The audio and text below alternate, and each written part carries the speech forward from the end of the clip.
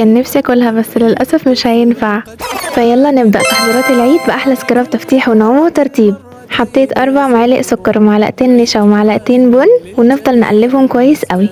حسيت اني عايزه ازود بن تاني فزودت معلقه.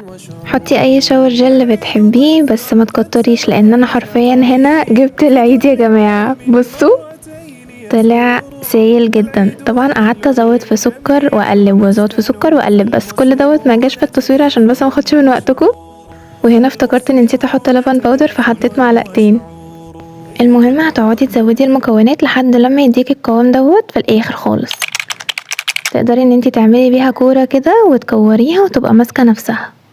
ده بالظبط القوام اللي احنا عاوزينه. فولو حلوة منك ليها عشان نكمل باقي التحضيرات. بهزر. وطبعا انا رحت عملت الكمية كلها مع نفسي. وده بقى يا جماعة لزوم التصوير والدلع، ان انا حطيت عليها كده حبة سكر. بصوا شكلها عايز يتاكل بجد. سيف للفيديو علشان هستنى تجربوها وتقولي لي رأيكم في الكومنتس. وطبعا ما تنسوش الفولو وشير للفيديو لايك. باي باي.